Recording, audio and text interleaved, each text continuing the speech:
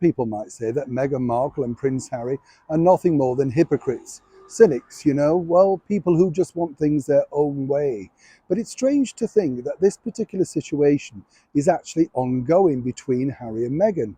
According to a very good source, he doesn't simply know everything about Meghan Markle, and apparently she's refusing to discuss it.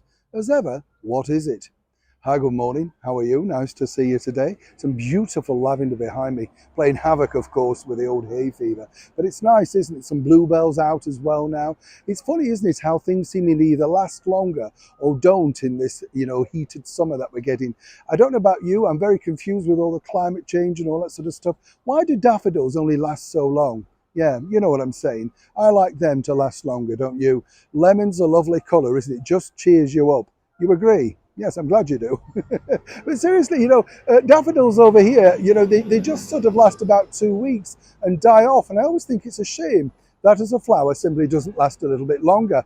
A lot of people, of course, might say the relationship between Meghan Markle and His Majesty the King, King Charles III, should have lasted a little bit longer. After all, he was gracious enough to walk her down the aisle all of those years ago now in St. George's Chapel and be very nice to the minted green lady, Doria. Bit of a mystery, Doria. Yes, interesting. We'll look into that as we always do. Very tangled web of weave. You know what I'm saying?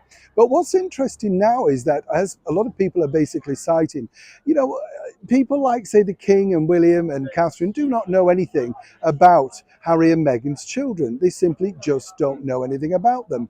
But according to a very good source, Meghan Markle is very keen for the King to have a relationship with her two children, namely Prince Archie and Princess Lily.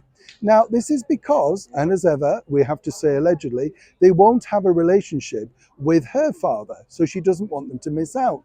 Odd that, isn't it?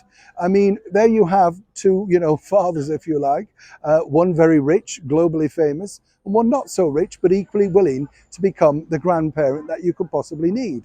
Only about 30 or 40 minutes down the road, allegedly. But it's interesting because Meghan apparently is very keen for this to happen. But as I said, a lot of people are asking, well, it cannot just be simply that one situation that turned everything on its head with Meghan and Harry. Let's not forget, he's still to meet Thomas Markle in the flesh all of these years down the line. But according to a very good source who knew Harry well before he was bumped off as part of the Archwell company, apparently it's just one topic that she refuses to discuss and basically said it's too traumatic to have those conversations. Now, what could it possibly be? And what's interesting also is as time runs out, and sadly that is the case for Thomas Markle, who's still recovering from a rather serious illness, you would have thought she would have given him at least the opportunity to see the children, even if she didn't want to meet him or connect with him herself. After all, she's supposed to be about empowerment, caring and sharing, but seemingly not. But the one person she wouldn't mind her children connecting with is none other than the King of England, the Commonwealth, possibly the world. That must make a lot of people wonder exactly what King Charles has to offer as against her father, Thomas Markle, who she spoke so, well, nicely about up until a couple of years ago. Strange situation. As for the King, he's always open to the suggestion, but more importantly, has no idea if his invites keep getting refuted, like his latest coronation in Scotland, and indeed his big coronation here in London. When will he get to see these children that allegedly Meghan wants him to connect so much with? It's a developing story, and when I know more, you'll know more.